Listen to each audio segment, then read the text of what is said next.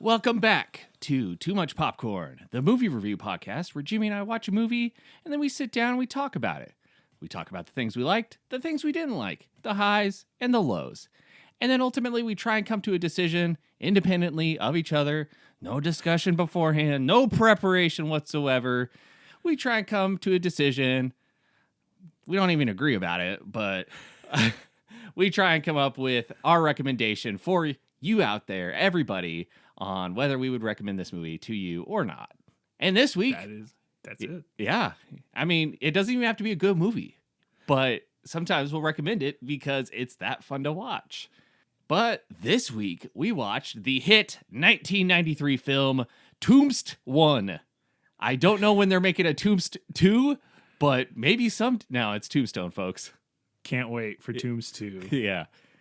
Yeah, the hit 1993 cowboy western movie with such actors like Kurt Russell, Val Kilmer, Sam Elliott, Bill Paxton, Powers Booth, Michael Biehn, Charles Heston, James Presley, John Tenney, Stephen Lang, Thomas Hayden Church, Dana Delaney, Paula McMalsam, Lisa Collins. You can stop. You're gonna run out of breath. No, there's too many actors. There's so many people. Billy Bob Thornton. I didn't even say Billy Zane. It's Billy Zane's surprise. He's here. He does the Billy Zane jump scare just for me. Yeah, absolutely wild how Stacked. Many people were in this film. And it's one of those rare films where it's got so many good actors who are so good at highlighting each other without like trying to step into the spotlight and take over the movie. And just from the teamwork of everybody working on, different gangs, obviously there's like leaders of the gangs, but like each character in that gang has like a vibe to them and like they're their own independent character, but they don't like steal the spotlight from everybody else. And I loved that. Yeah, it was a true ensemble cast feeling where, yes, you have Kurt Russell, absolutely the star of this film, but he is equally sharing that stardom and stagedom, sort of vibe of he is Wyatt Earp. He is the eponymous Wyatt Earp. He is the guy that is the legendary cowboy slaying lawman from cowboys days of old. But you learn about all of his other characters and Doc Holliday and all this sort of stuff, and they do all, like Aaron was saying, share this just sort of spark of being as important as that's the thing. It's not like the movie is called like Tombstone, the story of Wyatt Earp. It's just Tombstone, and therefore Tombstone is the town, it is the setting, it is filled with all these characters that you get to learn about, and they do feel like living, breathing sort of depictions of these people from the past. It was incredible. Yeah. And Tombstone, the city itself, is kind of the fifth character, really. Yeah, you think so? Most people don't think that. Most people think it's like the four, Stephanie, Beatrice, and... Well, on my keyboard here, it's like if you go on the top row, I got the Tombstone key, and that's the Tombstone character that I'm seeing. Yeah. Oh, mine's just the pizza emoji. Oh, you must have a custom character cap there. Yeah.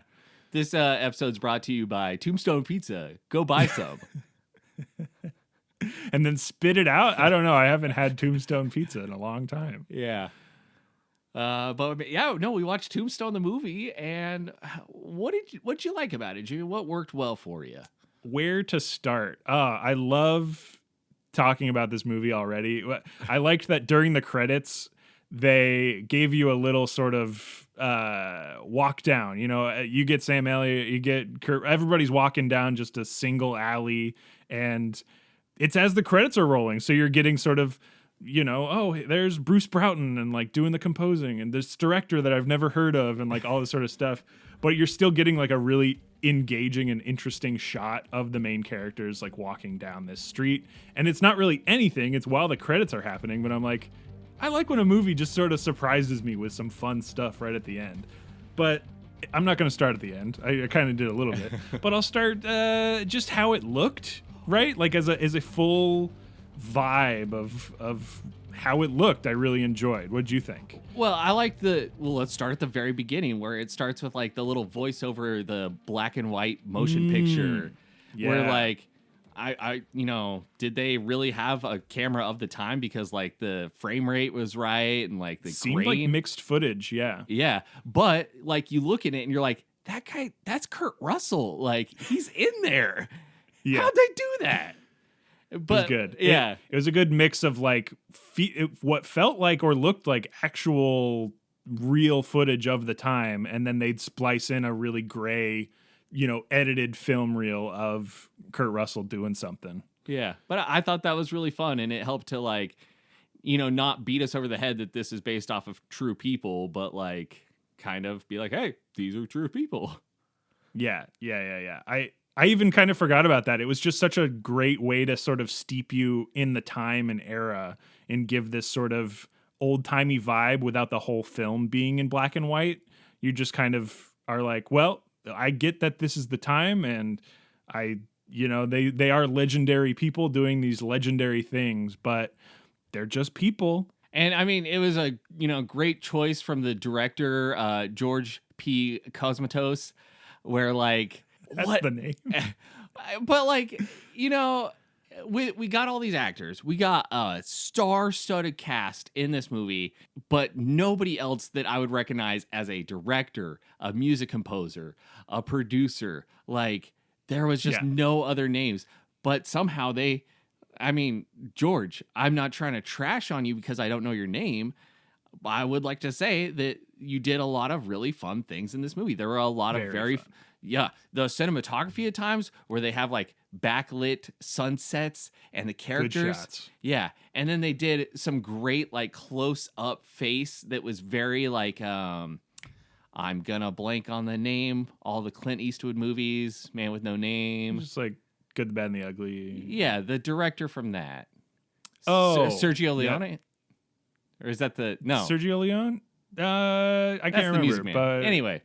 Well, no, Ennio Morricone. Yeah. Sergio Leone. Okay. So all the close-up face shots in those movies, this was very reminiscent to that. And I thought, whether it was homage or not, did play homage, and I thought was very good. Yes, I thought seeing my repertoire of actual older Westerns like that is not the biggest. The most recent I did see was the original Django, which I deeply, deeply adored. That's a great film and has a same sort of brutalist vibe to it in terms of treating the like death that these men wield with a sort of weight and reverence to life in it. And the one thing with that older movie though, Django, is like that movie gets like dirty and like really fucked up.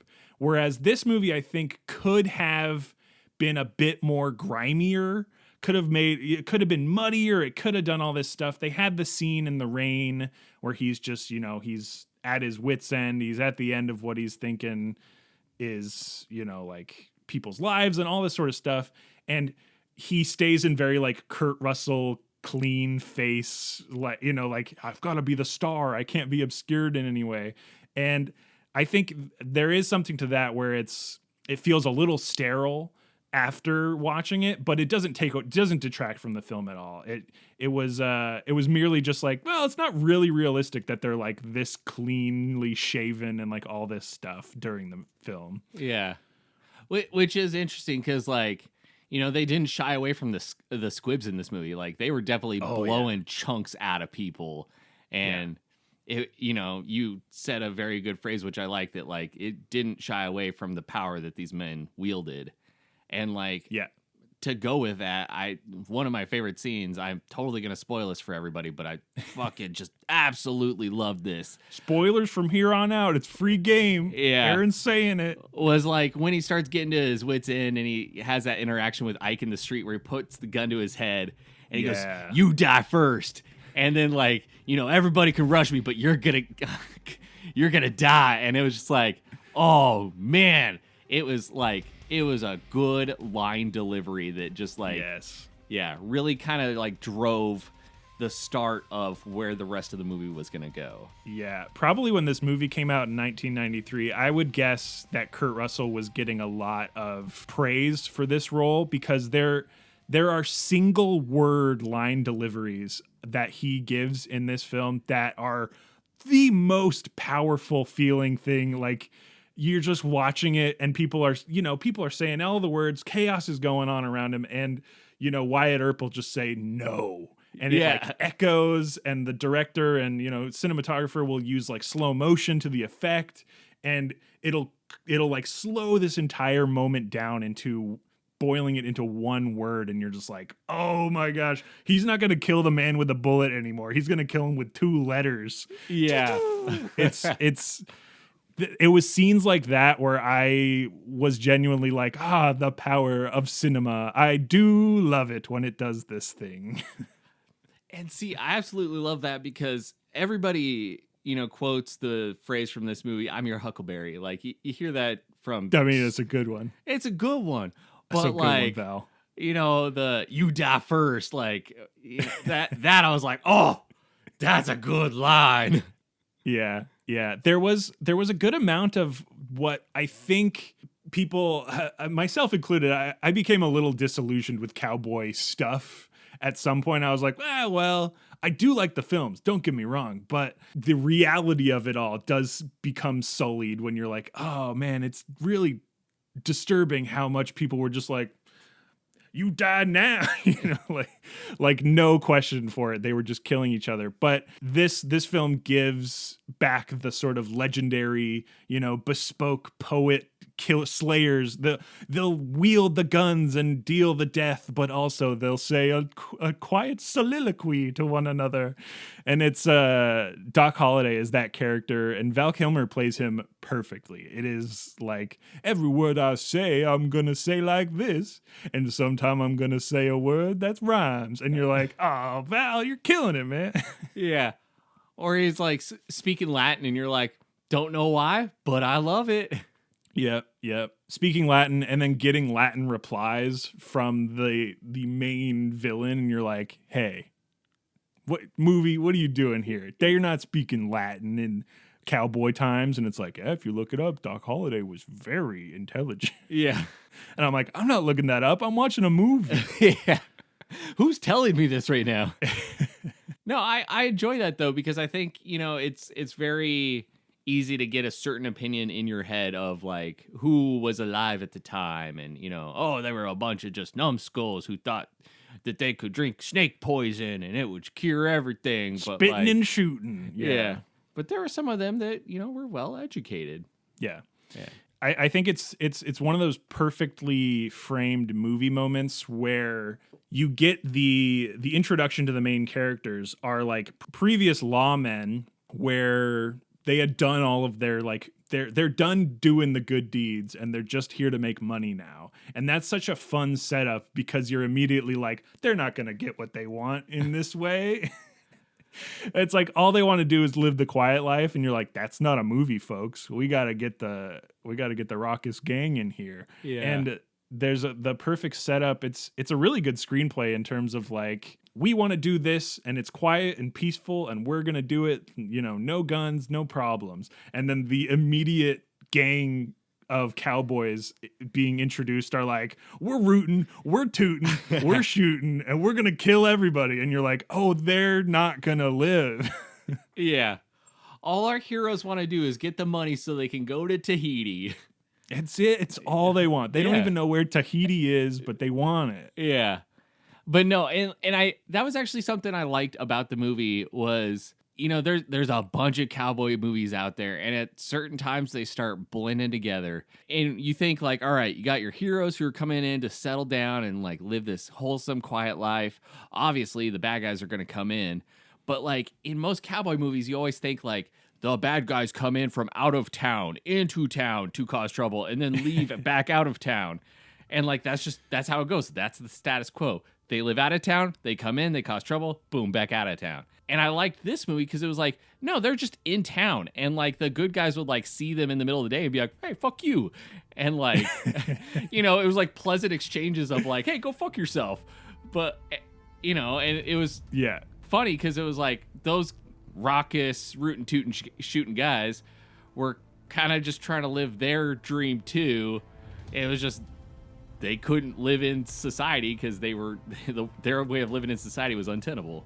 Yeah, it's funny because the outer force of this film is the brothers, the past lawmen. They come into town and they're like, we're from out of town. And you're like, wait, so are you the bad guys? And they're like, no, we're the good guys. And you're like, okay. Yeah. Yeah. Whatever you say. We're going to cause trouble by instilling law. And everybody's like, what the fuck? What the fuck? I thought are they going to wear red sashes? And they're like, we absolutely abhor what these red sash cowboys are doing. And you're like, oh my God. Yeah. Also, everybody in the town straight up being anti-Chinese was the wildest thing to just keep referencing. They were like, I'm the sheriff, I do charity work on the weekends, and also I hate Chinese people. And you're just like, okay, weird. Was everyone just so, yes, everyone was very outwardly racist at that time, but wowza, does the movie just be like, also opium? And you're just like, oh God, it's painful. But I do like it because, like, that guy comes up and he's like, hey, I'm the sheriff. I'm the fire marshal. I do this. I do that. I seem like also, I lead the Chinese anti-elite. And you're like, oh, so you're a bad guy. Okay, good. Oh, okay, got it. Filed that away. You're the bad guy. We know where we sit now. Yeah, it was such a good way of being like, oh, this guy is an upstanding citizen. Got it, sheriff. Anti-Chinese league. What? Yeah. And he's like, chairman of the board. No, I liked, the, as you were saying, the kind of contrarian way the movie did of like, the good guys are the ones that come out, in from out of town. It was great. And one thing I liked was at one point, Wyatt Earp's like, hey, I did my time as a lawman. I killed one man. I never want to go back to that. And like, he's like, I'm never taking another life. And then something horrible happens. But then his whole thing is, I'm going to murder everyone. Literally, if you wear the red sash, which indicates that you are of the bad people, you're dying. You're going to die. Yeah, but that, again, that moment specifically is perfectly highlighted in this movie. It's not even a casting thing at that point. This is like perfect directorial screenplay, like what needs to happen in a movie. He grabs his gun. And this is like a thing, he has consistently been unarmed throughout the movie. And suddenly he gets his gun that is not only like the coolest looking gun, it's like inscribed with like Peacemaker and all this shit, like his name. And you're like, oh, he's gonna kill so many people with this gun. Like immediately. I think that's the thing too, is like, you're like, all right, this is going to kind of follow the classic, Western movie where like something bad happens to the good guy and he goes on a path of revenge and kills a lot of people. And you're like, all right, so obviously Wyatt Earp's going to kill a lot of people, but then he kills all the people. and it was just kind of like, oh. The movie takes it in stride too. There are so many, it turns into multiple montages of insane looking cowboy shootout, horseback fights that the bodies start to rack up so quick. It turns into just like a bloodbath. You can't keep count. It's bad. It's bad for them because the film is saying, look, he did it a lot. So we got to just keep this moving so that you get the specific ones that you need to know about. But he's killing like 20 people between those scenes. Yeah. It was very much like, all right, he's killed all the minions. All right, mini boss. All right, big boss. All right, more minions. Oh, another mini boss. Oh, another big boss. He's over there leveling up. Yeah, he got so much XP. Back to visuals for a second, though. There was a specific amount of like darkness versus just light in general that I really enjoyed. It was a lot of the lighting of the scenes highlighted very perfectly what you were supposed to be paying attention to and all this sort of stuff. But there were also these incredible, I'd say almost extreme close-ups during multiple sort of dialogue scenes where it's like just Kurt Russell and then like darkness behind him that were extremely evocative in terms of just like narrowing down the vision into this like man's soul. It felt so cool. And it's usually when he's like having a heart to heart with his brothers or like Val Kilmer or something like that. And it wasn't just his character, but it was like such a perfect lighting thing that happened enough in the film that I was like, I'm going to mention that right now. And I enjoyed it a lot. Well, it reminded me of Kenneth Branagh's Hamlet, where every time he goes into a monologue, like he like steps forward and then like everything in the scene dims. And so you're like, all right, obviously he's doing a monologue, which is either just him talking to himself or his internal dialogue. Yeah. And I thought, this was a good way of doing kind of that same thing where it was like, all right, now we're peering into his soul and we're getting an idea of what he's thinking. It almost felt like there was no light for like a long time. There were so many scenes that happened at night. It was like Val Kilmer was drunk. It felt like weeks. Like I couldn't tell how much time was passing because it was always like nighttime. They were playing billiards or cheating at cards or doing something in this very dark bar casino type thing. And finally there's like some outdoor scenes and there's light and you're like, oh, Jesus, wow, we have light and stuff. And it was great because it didn't feel like they were like faking lighting in these interiors. It did feel like, oh, there's like a candle or like a single electric light or something like that. And it benefited the film in terms of like placing it in that era, but it also just really kept the sort of evocative nature of people's conversations. And yeah, it felt Shakespearean to directly like, it's not Hamlet, but damn if it didn't feel like sometimes people were just like, doth low the light, having some cowboy Shakespeare moments. And I would say even the lighting, like on the outside exterior shots, there were so many times where in the movie, this is going to sound so stupid because that's what it should look like, but like it just looked natural. But like there's times when you're watching a movie and people are outside and you're like, all right, I can obviously tell that this was like comped later, or like I can tell that they got an overhead light over there or some kind of reflector. Like there's some light that's bouncing off of something that looks Oh, you bad. mean every movie after 2010 that decided that nighttime doesn't exist and everything just needs to be like, we can shoot it daytime and it'll be fine and we'll just grayscale it and turn it down? Yeah, or even anything before like the 80s when they were like, oh, we'll just put a blue filter over it. That'll look like nighttime. Yeah, we've somehow flipped back to the 80s style of filmmaking that just fakes it all. The thing is, I know that obviously they had other sources of lighting in those places. And they can't just do it with just the sun. Right. But there was never a time where I was like, oh, this looks fake. It was like, no, they just took the boys out there on a Saturday, gave them some guns, and they're like, get to it. Go root and toot and shoot. Yeah, they sent them back to the early, 1900s and Yeah. made them take care of it. But yeah, I think that what also lent itself to that believability was the actual huge widescreen landscape shots up in the mountains or out in the fields or, chasing horses, all this sort of stuff. So you were able to steep yourself in this sort of feeling of reality. And when they had to do, a set shot or something like that, it doesn't feel as wrong because you'll see, back far enough, there is a mountain or the sun or the moon or something that is like the light source visible. Or if it's not in the shot, then you can just infer based on, whatever shade the sky is or something like that. It felt like the perfect amount of, again, like information that you needed to know about like date, what time it was, whatever you really needed to know was present in the shot, and so it didn't detract from the reality. It was masterful. Again, how do I not know who this guy is? What else did he do? Homeward Bound. Well, that's the composer. Did he do the movie? No, you're too? right. Oh no, I don't know. Yeah. I didn't look it up because we don't do research. Oh, Jimmy, the lights are going down. What's happening? I don't know. You put a blue filter over. It's nighttime. That means it's ads. And vampires. Ah! Let's go to those ads.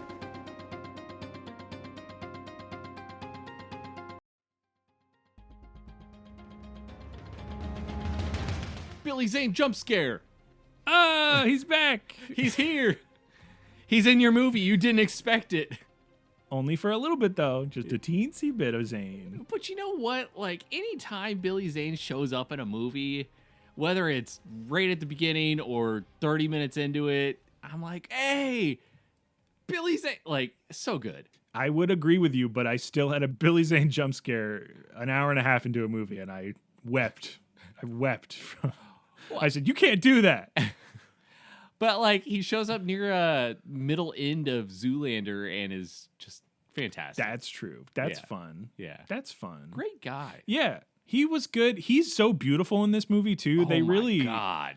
They highlighted, like, his eyes, and they gave him this, like, sick hairdo, and he's just, like, a soliloquy Shakespeare guy, and all the evil cowboys clap for him, and I'm like, I'd be clapping, too, man. Dude. Billy Zane's killing it.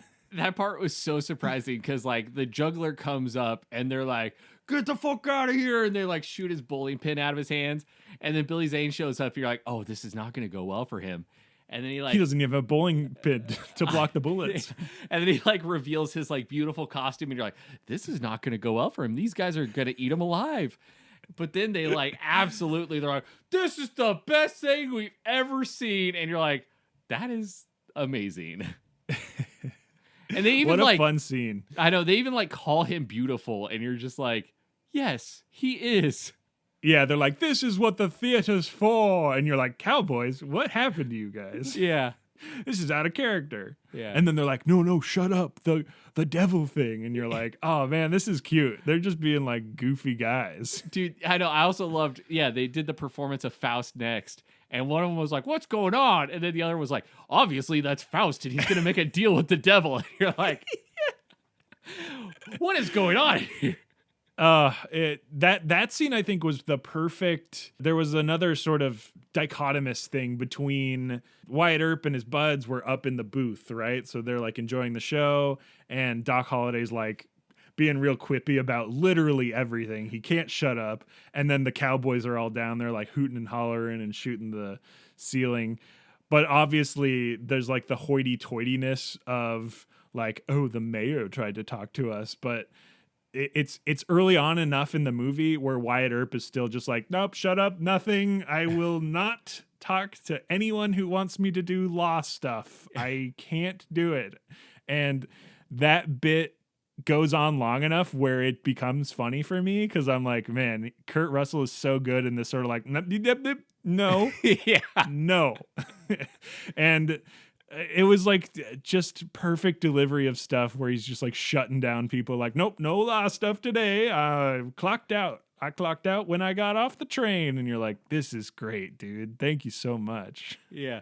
I've set my limits and you all need to respect it. The escalation of this movie, though, I think it's played up too by how well Kurt Russell plays this sort of. He is sort of like aloof as Doc Holliday, but with less tuberculosis. He just sort of is like, yeah, I'm here to make a shit ton of money and eat pasta and Chinese food and all this sort of stuff. And you're like, okay, are you sure? And he's like, cowboys, schmowboys, they're fine. And but us, the audience, were like seeing them do bad stuff. Like, Kurt, you gonna, hey, Yeah. Mr. Russell? Your best friend just took a whole bunch of money. Yeah. Well, That like, was an interesting introduction to that character too. It was good. I know, and then they didn't really say anything else about it. He felt like he was a bad guy the whole time, but he's like, but Wyatt Earp's my friend, and we'll never say anything else about my wrongdoings. Yeah. But like I kind of did like the weird amount of respect that the cowboy gang like paid to Wyatt Earp and Doc Holliday, where you kind of expect these rabble rousers to be raising hell all throughout town and causing trouble for the civilians and causing trouble for the lawmakers and causing trouble for Wyatt Earp because he's Wyatt Earp, but like they're like, oh well, he's not a lawman, so like we're just kind of leave him alone. Plus, we're a little bit scared of him, and you're like, oh, I thought that was interesting because obviously I thought that was going to be the impetus was like Wyatt Earp shows up and they're immediately like, fuck this guy, let's go kick his ass. But there's a lot of steps before really Wyatt Earp and his friends put himself in a way that is in the way of the bad guys. Yeah, it's even funny because they are pretty much immediately hostile to everybody, including Wyatt. But then they're not hostile enough that Wyatt Earp is like, up, I'll put up with their sass and being threatened. But until they do something that I really, really don't like, they're okay in my book. Yeah. Again, like I said, I am not doing anything with the law. I'm here to gamble and make money. Law versus no law, don't care. No laws. It's okay. And I think the movie does a really good job, again, of the like current marshal that is the only law in the city is like, all right, you did bad. Give me your guns. And then the cowboys are like, oh, shucks. I guess we got to give him our guns now. And then you fully expect that the marshal just be like, gun shops down the street, 2 blocks. Just hang a right. Pick them up again. Don't worry. And it's the full on ignorance to, or just straight up denial that this system is not working because it takes Sam Elliott being like, that kid almost got run over by horses. We got to do something. And you're like, we know, Sam Elliott. What are you going to do? And he's like, I'm going to start this movie in the right direction. And you're like, thank you, Sam Elliott. You really needed to do this. But yeah, it's like halfway through the movie, and it doesn't feel unearned. It feels like the proper escalation of, we don't want to do this. We really don't want to do this. Hey, guys, this is the 4th time. We really don't want to do this. Do we have to do this? No, it totally was earned because, like, another thing I liked was with these bad guys, in a lot of cowboy movies, it's like they come in, they're killing all the old ladies, they're murdering the sheep, they're doing, like, just heinous stuff, and you're like, all right, obviously these are the really bad guys that need to die, like, now. But these guys, like, they're going to the theater, they're blasting off their guns in the ceiling. They're rooting. Like, they're more vandals than anything. Like I said, like they just can't deal with society the same way that like a normal person. Yeah. Even so much that like the doddering old man who's in charge of being the town marshal, when he shows up and he asks for the guns, they're like, oh, you got us. Like they don't have to. The first interaction where he's like, give me your guns. I'm like, oh, this is going to go bad for him. And then they just give him the guns, and I'm like, oh, okay. As the, rabble rousing continues, they start putting themselves in the way of the Wyatt Earp gang, and then that's when there's that, like, initial contact that causes a brief shootout, and then it's like, all right, now shit's gonna go downhill from here. Yeah. It felt like a cool ripple effect in terms of they drop the one pebble in, and it ripples out, and you're like, how many people is this going to affect? Because if it ripples out to the entire town, then we're going to have a problem. But you keep rippling out and like you shot a juggler's juggling bit. Who cares? That's fine. And then you're like, oh, you did this now? Oh no. Yeah. They have that first shootout and several of the, cowboy gang die. And then the cowboy gang have the gall to have that like funeral procession through town where they're like funny, where they're like, our guys were murdered, and you're like, now what the hell?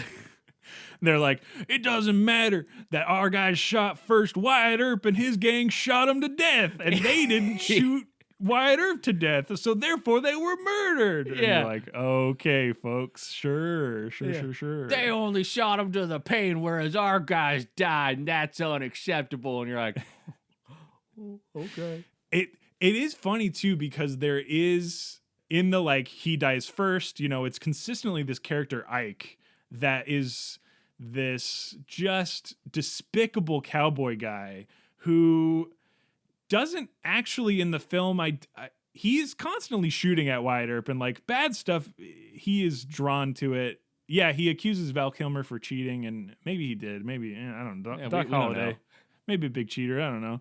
But it's like Ike is consistently the center point of this like ire, and then he continues to be so ineffective at actually doing anything. But he is only effective at giving up and like, you know, taking off the sash or like doing all this stuff that basically is like, I gotta stay alive, but I really don't know if I can be good. And then finally at the end, I'm not gonna spoil it, but like there's like a voiceover about him, and you're just like fully expected this to be his end. Yeah.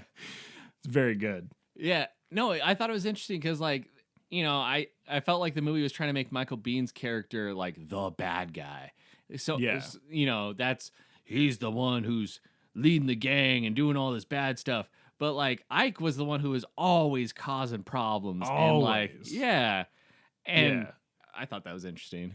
Yeah, Ringo was just sort of around and had the aura of like big bad boss energy, Yeah. but Ike was more around. He was like more into shit than Ringo. You know, even like Ringo, he has his first interaction with Doc Holliday and Wyatt Earp, and he's like, "Hey, like I caused trouble around here," and then Doc Holliday is just like, "I don't like you." And then he's like, "Wait, I'm not sure if I don't like you." And then he goes, "Yeah, no, I don't like you." And you're just like, Yeah, oh. that exchange. Yeah, I think Kilmer was incredible in this film. Yeah, I loved the following bit where like Michael Bihn's like, "Well, I'm a faster drawer, and I can draw fast and Yes. shoot," and he does this little gun spinny thing, and then like Val Kilmer's character Doc Holliday, in a way to just totally emasculate him, Doc Holliday's sipping out of this little cup, and then he spins it around his finger and does all these little tricks with it to totally just emasculate So Ringo, and it's such a great way of doing it because like. He could have been like, "Hey, fuck you," or he could have shot him or started a fight. But just to like, "Hey, I'm going to do what you did," but, make it a joke and everybody in the bar is going to laugh at you. I thought that was super great. Yeah, that holiday bit is so good because it's at the same time, again, expanding on this Val Kilmer character that is, I think Doc Holliday is like beyond legendary. Like, I don't even know. He's cooler than Wyatt Earp for sure. Yeah. Because he is better with guns. Like, Wyatt Earp will kill you for sure. He'll shoot the shit out of you. But Doc Holliday will like make fun of you while doing it. Because that one bit where he's doing it with the little cup, it's like, little cup, very funny. Why has it got a little handle on it like a pistol thing? Yeah. I don't know. It's very goofy. Could just be a shot glass, but no, it has a little handle. 2, not only does it show like it's funny, he also does everything point for point exactly what Ringo did, spinning to the, side, he matches it beat for beat. And the audience reaction in the film is the same, where they're impressed, but then by the end of it, they're all laughing by how goofy it is. And he's like, look at what I did from what you showed me. Like, you thought this was cool. This is dumb, big dick shit that doesn't matter. And Ringo's just like, fucking, I hate this guy. And but yeah, the line for Doc Holliday, I think, is like, it's like, I don't like you. I don't think I like you. And he's like, no, that's right. I hate you. It's like, yeah.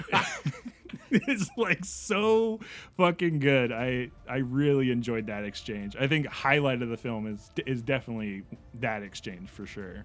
Oh, and it's great with the cup too, because like you totally expect it to like hurt Ringo's pride so much that he like starts a fight or shoots him or something. And like it takes a lot of balls to like emasculate the dude and be like, this guy has got a gun on him and is known to shoot people, and he's probably gonna shoot me. And like it's one of those character defining traits where it's like, oh, it sets up that like Doc Holliday is a man who like does not care about death. Like we see that like Wyatt Earp's got his family and he's got this goal of becoming rich, and then Doc Holliday is just like, fuck it. Yeah, Val Kilmer, again, he kills it, man. It is, Doc Holliday is this weird character that is 1 foot in the grave already, so he's sort of the wild card of the group where you don't know what he's going to do. And there's moments in the later half of the film where I was fully surprised by his actions, and I was like, damn, that's good. Like, to write this character this way, and his motivations are just like, I'm going to die someday anyways. Like, I already know it. I'm way closer. Look how sweaty I am in every shot. Yeah. So funny. Yeah, in a movie that was so almost averse to being grimy. Val He was this Kilmer- grimiest guy. Yeah, grimy and slimy. Like the little green ghost from Ghostbusters, he made that guy look like the driest boy out there. Seriously. And it's funny because it's not a heat thing, because literally no one else in the room looks like this. It's just him. And the movie explains, it's like, well, he has tuberculosis. He goes west to, drier air, all that sort of stuff. And you're like, okay, is he doing okay? And then you look at him every shot and you're like, he's not doing okay. Yeah. He's not taking his medications. There aren't any. Yeah. They don't exist. Yeah. So what do you think, Jimmy? Do you think people should gonna watch beat you this? to it. Yeah, no, I hit you with it first. Damn it. What do I think as my final Your final, thing is yes. different than your final thing. Of course, this is a watch for me. I loved this movie. This was not even a surprise. I didn't know what to expect from it. I know of Wyatt Earp. I know of all the sort of cowboy shoot 'em up, goof 'em up sort of stuff. But this one visually was so aesthetically pleasing in so many shots, and continued a narrative down a just ragged path that I enjoyed so well, that it threw enough stuff in the way. And, I loved all the actors, and Sam Elliott is not in the movie enough, I think, but that's totally fine. But Kurt Russell absolutely carries. Again, it is like an even weight, but Kurt Russell is so fucking good in this movie. I love him in this, so I'm so glad, and it's a watch for me. Aaron, what do you think? No, it's absolutely a watch. This movie's got, off the bat, 2 things I love. 1, Westerns. Love Westerns. Seen a lot of them. I'll continue to see a lot of them. 2, Kurt Russell. Put Kurt Russell in a movie, give it to me. The Thing, Big Trouble in Little China, that new Santa Claus movie he was in. They're all good. I fucking love Kurt Russell. I wish I could tell him that. So, yeah, no. I got him on the horn right here. Just kidding. No. Disconnected. Oh, man, I was hoping this was the moment. Yeah, no, absolutely. Those 2 things alone, I was like, oh, it's going to be good. Plus, this is, like I said, it was one of those movies where everybody asked, like, oh, you've seen Tombstone, right? And I was always just like, yeah, I've totally seen Tombstone. And then at the beginning, you were like, have you seen Tombstone? I was like, I don't actually know. And, like, I'm pretty sure I have not seen this movie. First for me, which... Again, it's like at the end of it, I'm like, I'm glad. I love to be glad after watching a film. Yeah. No, absolute pleasure, though. And, like, as far as, like, Westerns go, this one, I would say, is, like, top 3 best Westerns I've ever seen. The main reason... Damn. Yeah. And, the main reason I would recommend this to people, it really comes down to, like, 3 particular scenes in my head. One is the one I've already spoiled with the "you die here," and then... or "you die first." Yeah. And then 2 other ones that just, like, you gotta see them. They were so good and so vivid and just, like, so, again, I'm going to use the phrase, they were so powerful, where I was just like, oh, this is what movies are. Yeah. This makes me feel something. Yeah. And that's the thing, too, is I feel like a lot of Westerns that I have seen have not had that personal sort of moment, because I think this movie did a thing where I could tell the characters knew that killing was wrong, and that what they were doing had a heavy weight to it. I think I said that already. But for the movie to evoke that through the characters' actions and words and all this sort of stuff, that's when it clicks, and I go, they've got something real special here. I love when a movie is able to convey something like that deep in a sort of jokey Western, like there's moments of pure joy and glee and jokey and all this sort of stuff in this movie. And it does a lot of tongue-in-cheek stuff. And Val Kilmer's character, the Huckleberry thing is just like, what are you saying, sir? And he's like, Yeah. You can be my Huckleberry.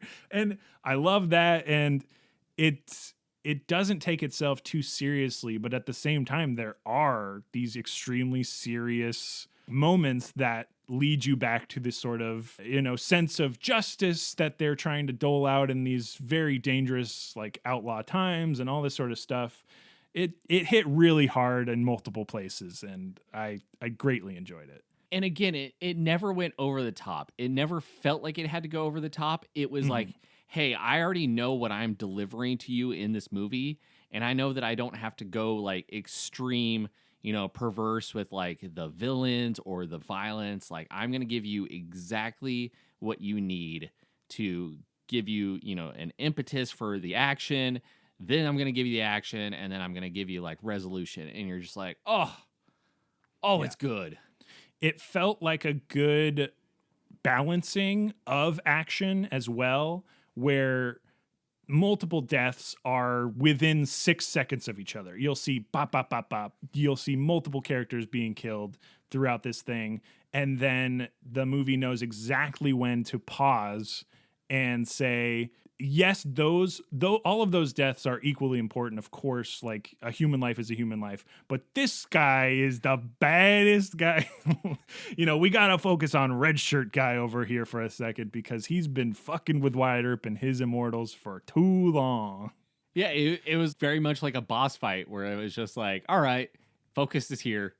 Yeah. Yeah. But it's like perfectly framed in that bloodshed type of just like chaotic. And again, the composer's name I've never heard of. I've seen Homeward Bound. It sounded very similar to that. Great French horns, all this sort of like classical, what you would expect from like a Western soundtrack, but it hits really hard in some of these scenes. And there's like those long drawn out sort of violin notes and stuff when you're getting sort of a whimsical or like loving moment from someone. And yeah, it all paired together so well. I give it the chef's kiss. I love it. Yeah. And to go with pacing too, one of the things I think most commonly with cowboy movies with like pacing is they always front load like a lot of dialogue. And then, they're like, all right, last 30 minutes, boom. That's where all the action is. And you're like, okay, I do like that, but if I'm going to watch this again, I'm just cutting to that bit. And so I liked this one because yeah, there is a lot of dialogue up front, but again, I think it's due to the credit of the actors, and especially, again, Kurt Russell, so good, carries the scene. Val Kilmer did a great job. Bill Paxton also very good, except that we kept saying that he would say game over, man. And that's on us. Oh, no. Any sentence that he said should have been punctuated with game over, man. Yes. Unfortunately, he has been tagged with that in our minds indelibly forever. But yes. Sorry, Bill Paxton. But I felt like no scene really drug on when they were doing a lot of dialogue. I mean, there was a variety in scenes. It was good dialogue. And locations. And like, even if they're talking in like a little parlor playing pool, like one, they're all doing something. They're all doing motion, and it's keeping the scene visually interesting. But then two, like, they'll talk in there for a couple seconds, couple minutes, maybe even, and then something will happen outside. Boom, they all rush outside. Mm-hmm. Oh, now there's more dialogue. You're like, oh, but I've got a scene location change, and my brain is now visually interested again. Well, it felt like, specifically in the sort of billiard scene or whenever they're in a bar or something, they're like bored. So they're keeping busy. And it felt realistic because they're like, well, we're trying to make money. We're like doing deals and all this sort of stuff. So you have this background of the characters constantly trying to like motivate themselves and each other to like do this thing and get this money and like stay out of trouble and all this sort of stuff. and all this background stuff that's happening just sort of fuels into like, if we're constantly doing stuff, we won't get in trouble, we won't have to kill more people, and then we'll make a bunch of money and live happy lives. And you're just like, hopefully, right? And they're Yeah. like, hopefully. And then like the classic like movie cliche in your head is just like, this is not gonna go well. It's the whole time, dude. Yeah. You know that they want to live this idealized life, and they're going to a place called Tombstone. Yeah. The place is called Tombstone. Again, it's the fifth character. People don't get that. I do like there's we gotta go. There's that beginning sort of dolly into Tombstone that has one tombstone with a goofy, like, he died for a rhyming tombstone. And I'm like, is this how this movie's gonna go? And you're like, it does. It's this full on rapport, tit for tat, great writing.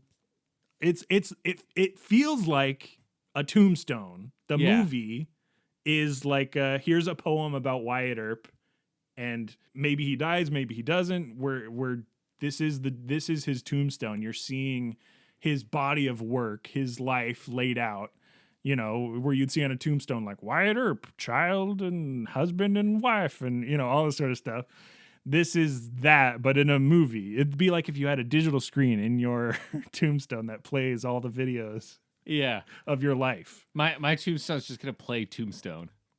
That'd be so awesome. And then you get like a copyright strike from the grave. Oh, what are they gonna do? Sue me?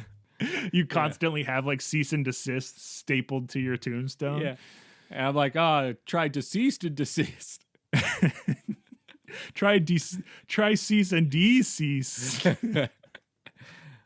Also, you triggered it. You said Dolly, and it made me remember a scene. No spoilers. There is a fantastic helicopter shot. Well, 1993. we were looking at it like, how did they do this? This is so good. Yeah. It's, you know, you see a lot of drone shots nowadays, and there's nothing wrong with a drone shot unless it's that one Michael Bay shot from Ambulance. But, and I think, you know, drones have benefited the, you know, filmmaking community a whole bunch. But there is there is a beautiful, beautiful art to the helicopter shot, because you know that dude had a manual focus lens on a film camera that he couldn't have a viewfinder to, and he had to, like, you know, run it through his head a million times before getting up in that helicopter. And then the helicopter pilot's up there and he's like, oh God, I got to do this in one. And they just came together in this synergistic moment, and like framing, lighting, all this stuff. Like I can think of so many movies where there's been a helicopter shot, and you can either see like a shadow of a rotor or a shadow of like a ski, or like there's just a little blur or a reflection in the bottom corner from like the dome of the helicopter. And there was just none of that in this. On this one, I think it was very zoomed in, because you could tell the amount of motion in that shot felt like more than if it were pulled back more. Yeah. So it was even more technically impressive with how small of a shot they had, because you know all the stuff you're talking about, the shadows, the reflections, are all just out of frame there. Oh, but yeah. You get this perfect, just like dolly out. It was so good. I'm also thinking that was an exterior camera, because like the you know, yeah, that would explain like the crisp, because that was like a crisp shot too. I think it was just somebody out, you know, sitting out of it. It was such a good shot. It took us off. We were like the shot is cool, but then we're like thinking about the shot, and we're like, oh wait, what? 93. It's almost one of those things where like it broke our immersion into the movie, but like in a good way, because we're like, oh, this has to be appreciated. Yes, because we were, you know, admiring the cowboy era and horses, and there's a lot of great like horse shots and cinematography and perfectly framed like cool jumps and all this sort of stuff. But yeah, that was the one shot where we're like, now how did 1993? This is some grade A filmmaking shit right here. Yeah, that was art. Yeah, that was some good shit. But This has been some good shit. That's the podcast. Too much popcorn. I had a pretty good amount of popcorn this time. Yeah, I would. Well, no, I thought I had a good amount, but then I had one kernel too many. I think I did I went back and I started eating the little like kernel husks, not the actual kernels, but like the parts that really get stuck in your teeth. And I I kept going back on it, but it could be too much popcorn, but that's the show. Too much popcorn. Thank you so much for listening to our episode on Tombstone 1993. Go watch it. Aaron and I both tell you to do it, and that's where consensus mode. We have reached a consensus. Mode! We both agree that you should see this movie, and I don't know, that's pretty much what we do in this thing. So thank you so much for listening. And if you have the time to leave a review or a comment or a like or whatever, wherever you are listening, we'd love to see that. Again, while we're still in the early stages of this, we're hitting that Spotify real hard. We just got our Spotify Wrapped for the podcast or whatever, and it was fine. Like up 62% listener. We haven't been doing this more than a year, so it doesn't have like a compared to last year.